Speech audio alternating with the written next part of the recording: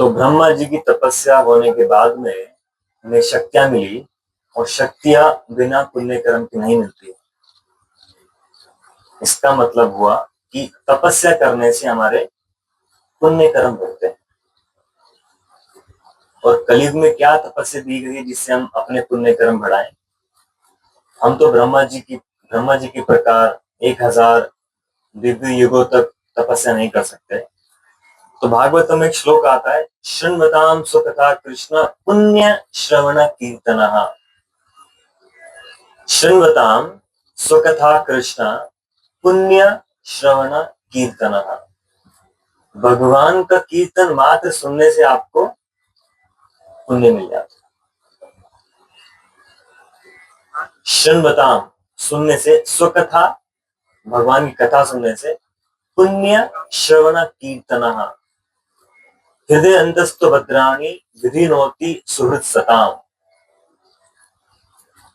हमारे सारे के सारे कल्मश जो हमारे हृदय में बैठे हुए हैं, काम, क्रोध, लोभ, मोह, मत्सर्य, भगवान श्री कृष्ण के बारे में कथा सुनने से ही वो सब नष्ट हो जाते हैं। और ऐसा बोला गया है कि कोई भी व्यक्ति के अंदर भागवत सुनने की रुचि उत्पन्न हुई है तो मतलब उसका अच्छा समय शुरू हो गया। अभी तक तो हम उस अच्छे समय के लिए प्रयत्न कर रहे थे, लेकिन असली अच्छा समय कब शुरू होता है? जब हमारे हृदय में एक उत्कंठा मचती है कि भगवान के बारे में समझना है, भगवान के बारे में सुनना है। और ऐसे ही एक मुनि थे, मांडव्य मुनि करके। एक बारी क्या हुआ, मांडव्य मुनि बैठे हुए थे, रात का समय था, काफी बड़े मुनि थे। उनके घर पर कुछ चोर आ गए रात्रि के समय। जब चोर आए तो सिपाही भी पीछे पीछे आ गए और अंधेरे में सिपाही को समझ नहीं आया कि चोर कौन है और मांडव मुनि कौन है। तो सिपाही गलती से चोरों को भी ले गए और मांडव्य मुनि को भी ले गए। अब उन्हें सजा मिलने वाली है। क्या सजा मिलेगी? उनको लटका दिया जाएगा।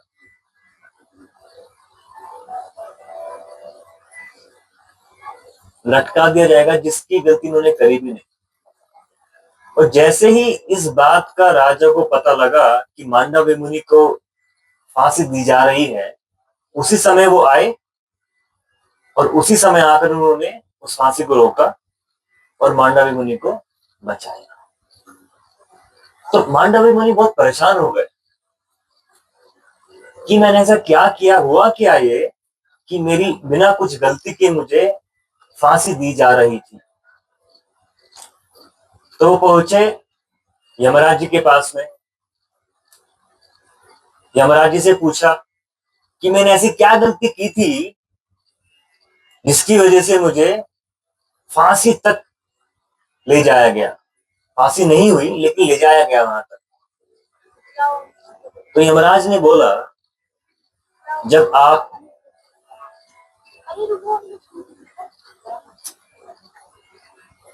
आप एक छोटे बालक थे, उस समय आपने एक घास के तिनके से एक चींटी को चुभाया था। आपने एक घास के तिनके से एक चींटी को चुभाया था। तो मांडव मुनि बहुत गुस्सा हो, तुम ऐसे कैसे कर सकते हो यमराज? एक छोटे से बालक के रूप में मैंने एक चींटी को एक घास चुभा दिया, तुमने उसकी वजह से मुझे फांसी तक ले गए। तुम एक बिल्कुल शूद्र की तरह बात कर रहे हो। तो मांडव्य मुनि ने यमराज को श्राप दे दिया। और श्राप क्या दिया? क्योंकि तुमने एक शूद्र जैसा कार्य किया है, इसकी वजह से तुम अगले जन्म में दासी पुत्र बन जाओगे।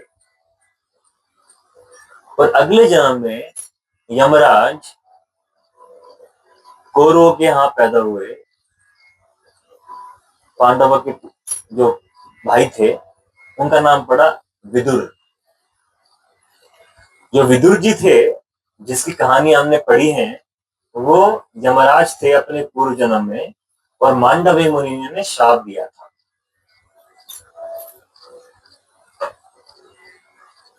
जब भगवान श्री कृष्ण पांडवों और कौरवों के बीच में सुलह कराने आए थे, तो धृतराष्ट्र ने सोचा कि मैं भगवान श्री कृष्ण को अपनी साइड कर लूंगा। और कैसे कर लूंगा? जब आएंगे तो उनके हमें 56 भोग रखूंगा, वो मान जाएंगे। मेरे 56 भोग लेके भगवान श्री कृष्ण हमारे साथ हो जाएंगे। तो भगवान श्री कृष्ण गए, 56 भोग भी दिखाए गए, लेकिन भगवान ने वहां पर कुछ भी ग्रहण नहीं किया। जबकि भगवान जब बाहर निकल रहे थे तो विदुर की कुटिया में गए। जब विदुर की कुटिया में गए, उस समय भगवान को देखकर, शुद्ध भक्त हैं विदुर भगवान श्री कृष्ण के, भगवान को देखकर वो हाव भाव विभोर हो गए। उनके आंखों से अश्रु निकलने की धारा बहनी शुरू हो गई। उस समय इतने भाव आए विदुर जी के कि वो भगवान को कुछ अर्पण करना चाहते थे, और जल्दी जल्दी में वो कुछ केले लेकर आ गए भगवान को खिलाने के लिए। इतने भाव में मग्न थे भगवान श्री कृष्ण के दर्शन करने के मात्र से, वो केले छील के, केला फेंक कर छिल के भगवान को खिला रहे। लेकिन भगवान श्री कृष्ण बोल सकते थे, अरे भाई छिलका क्यों खिला रहे हो, केला खिलाओ, छिलका क्यों खिला रहे हो? लेकिन भगवान ने भी छिलके खा लिए। भगवान ने छिलके क्यों खा लिए? भगवान को लगा इतने प्रेम से मेरा भक्त मुझे कुछ अर्पण कर रहा है, तो उसे मना कैसे कर सकता। अगर आप प्रेम से भगवान श्री कृष्ण को केले के छिलके भी खिला दो ना, वो उसको भी मना नहीं करते, क्योंकि उनको आपको कुछ भी नहीं चाहिए। हम बोलते कि हम भगवान को ये देंगे, अरे भगवान को देने के लिए पहले कुछ होना भी चाहिए ना। गंगा में गए स्नान करने के लिए, गंगा का पानी गंगा को ही अर्पण कर रहे हैं, बोल रहे हैं हमने गंगा को पानी दे दिया, गंगा को कुछ फर्क नहीं पड़ा, लेकिन उससे आपके भाव बढ़ गए, उससे आपकी भक्ति बढ़ गई। तो भगवान क्या चाहते हैं? भगवान आपका भाव चाहते हैं। भगवान कहते हैं भगवत गीता में, पत्रम पुष्पम फलम तोयम यो में भक्त्या प्रयच्छति। अगर मेरा भक्त अपने हृदय से मुझे पत्र, पुष्प, फल कुछ भी देगा, मैं एक्सेप्ट कर लूंगा, मैं स्वीकार कर लूंगा। और ये भगवान ने एग्जाम्पलीफाई किया विदुर जी के केस। तो इस प्रकार जब हम विदुर जी की बात कर रहे हैं, तो एक समय पर जब पांडवों और कौरवों के बीच में कुछ अनबन चल रही थी, उस समय धृतराष्ट्र ने विदुर जी को बुलाया सलाह लेने के लिए कि क्या किया जाए, बताइए। तो उस समय विदुर जी ने बोला धृतराष्ट्र को कि तुम वैसे तो अंधे हो ही, लेकिन अभी तुम अपने पुत्र प्रेम के मोह में भी अंधे हो चुके हो। और अपने पुत्र मोह में अंधे होने के बाद आप ये नहीं समझ पा रहे कि गलत क्या है और सही क्या है। ये दुर्योधन बहुत धूर्त आदमी है, इसको राज्य मत दो, और ये राज्य पांडवों को वापस कर, ऐसा विदुर ने बोला। लेकिन जैसे ही ये बात दुर्योधन को पता लगी, दुर्योधन ने जो सुन लिया, बहुत गुस्सा हो गया। ऐसे कैसे बोल सकता है? जिस थाली में खा रहा है उसी में छेद कर रहा है, मेरा ही खाता है और मुझे ही यहां से भगाने की कोशिश कर रहा है। कि दासी पुत्र को इस राजमहल से बाहर निकाल देता है। उसने सिपाही को बुलाया, बोला कि इसके पास इसकी सांसों के अलावा कुछ भी नहीं रहना चाहिए।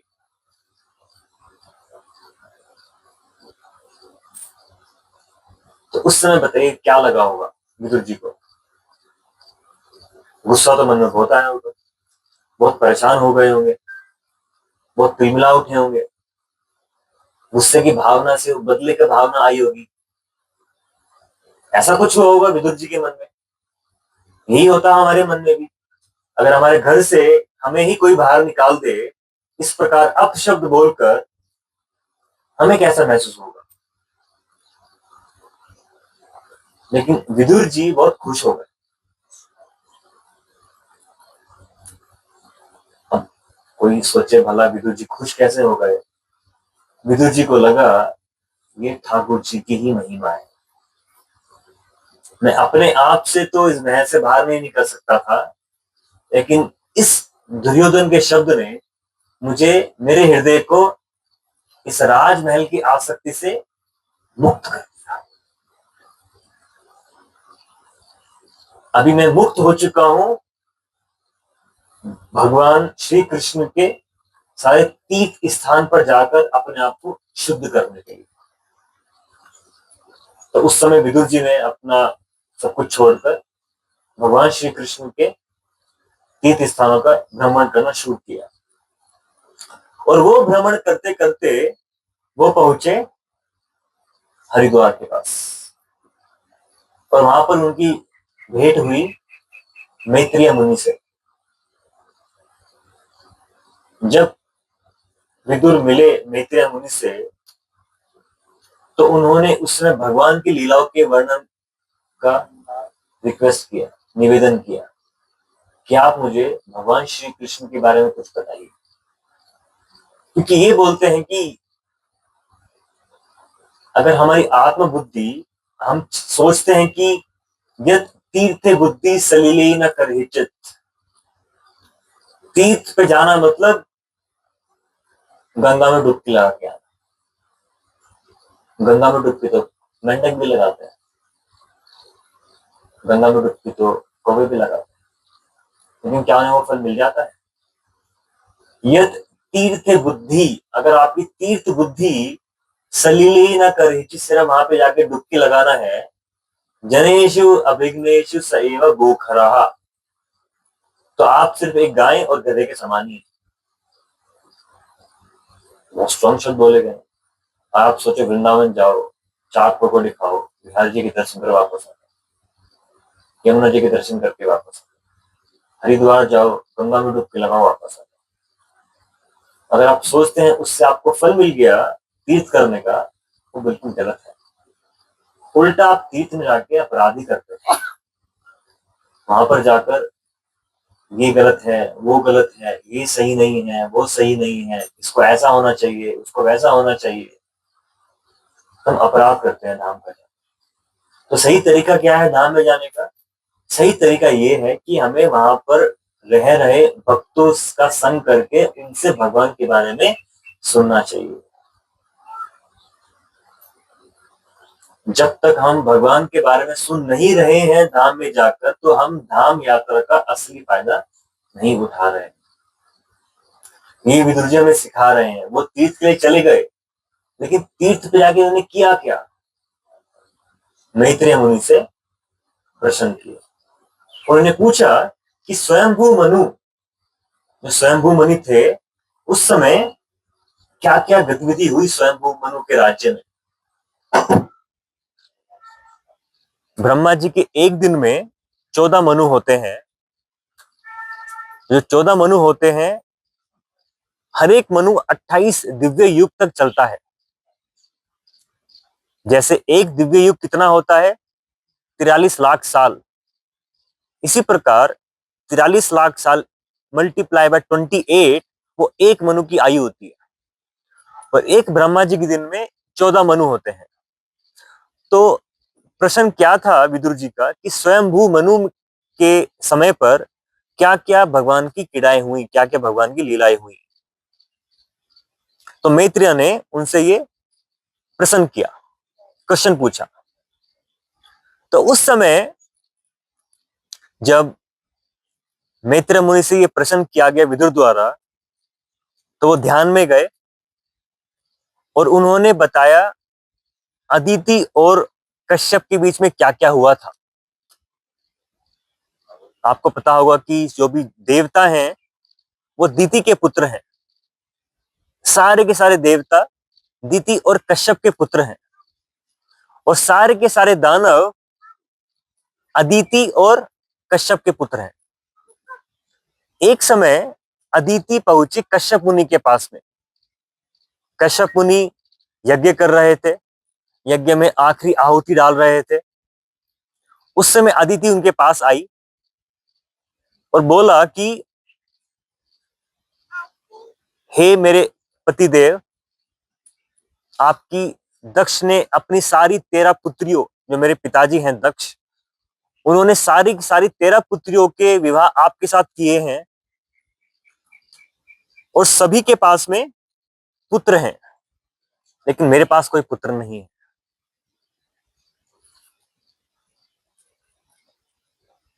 हरे कृष्ण। मेरे पास कोई पुत्र नहीं है, कृपा करके मुझे पुत्र की उत्पत्ति कीजिए मेरे गर्भ में, मैं अपना गर्भ धारण करना चाहती हूं।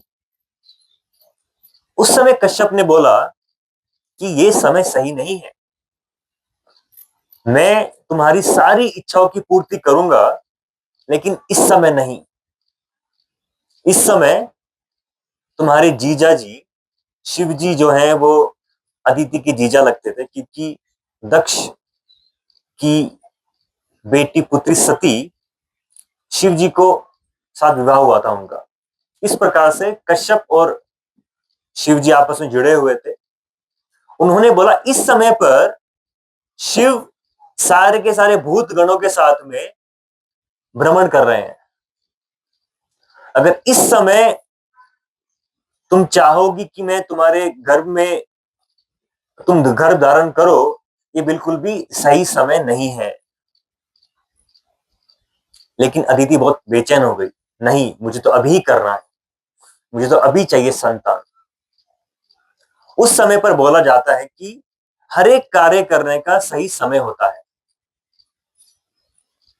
तो गर्भ धारण करने का भी एक सही समय होता है।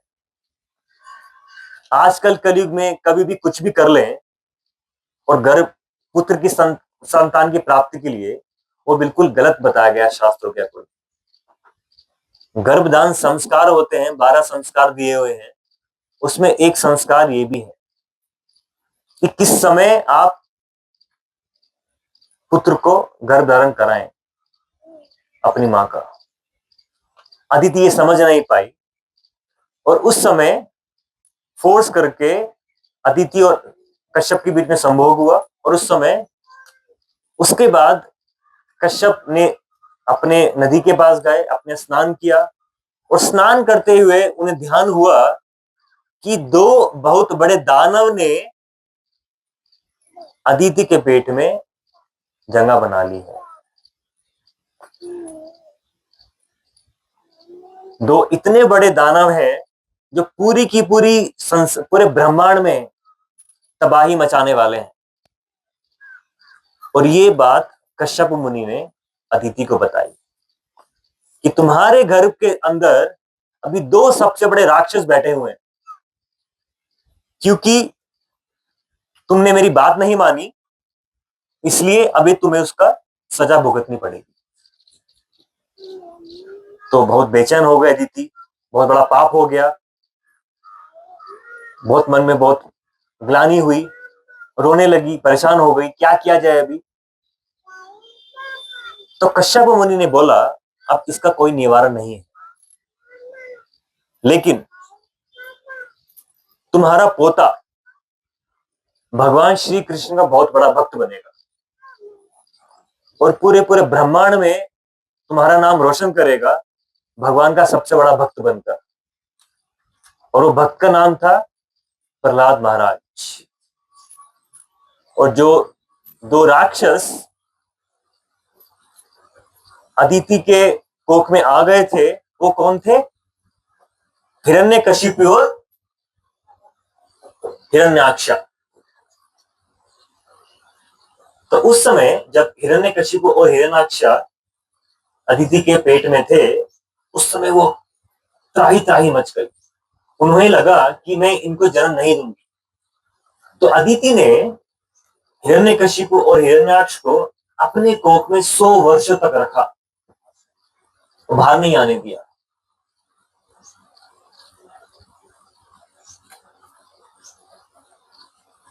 और नहीं आने के कारण पूरे के पूरे ब्रह्मांड में हाहाकार मच गया। ये क्या हो रहा है, क्या चल रहा है? देवी देवता परेशान हो गए और यही परेशानी लेकर वो सब पहुंचे ब्रह्मा जी के पास। अभी देखते हैं ब्रह्मा जी ने क्या बोला, क्या बताया देवी देवताओं को, क्या होने वाला है। जब दो राक्षस के मां के कोख में रहने से ही इतनी परेशानी हो गई, तो आगे क्या क्या होगा और इसमें भगवान का क्या उद्देश्य है, वो समझने से पहले हम भगवान श्री कृष्ण की स्तुति करेंगे। हरे कृष्ण मंत्र का जाप करके भगवान को प्रार्थना करेंगे ताकि हमारी सारी गलती से हमें भगवान श्री कृष्ण माफ करें। जिस प्रकार अदिति की गलती से दो राक्षस होने वाले थे, लेकिन साथ में प्रहलाद महाराज भी उनके पोते बनने वाले थे, उसी प्रकार हमने बहुत जीवन में गलतियां की हैं, लेकिन उन गलतियों को से समझ के हम भगवान श्री कृष्ण का नाम लेकर अपने हृदय में प्रहलाद महाराज जैसे भक्त को जन्म दे सकते हैं।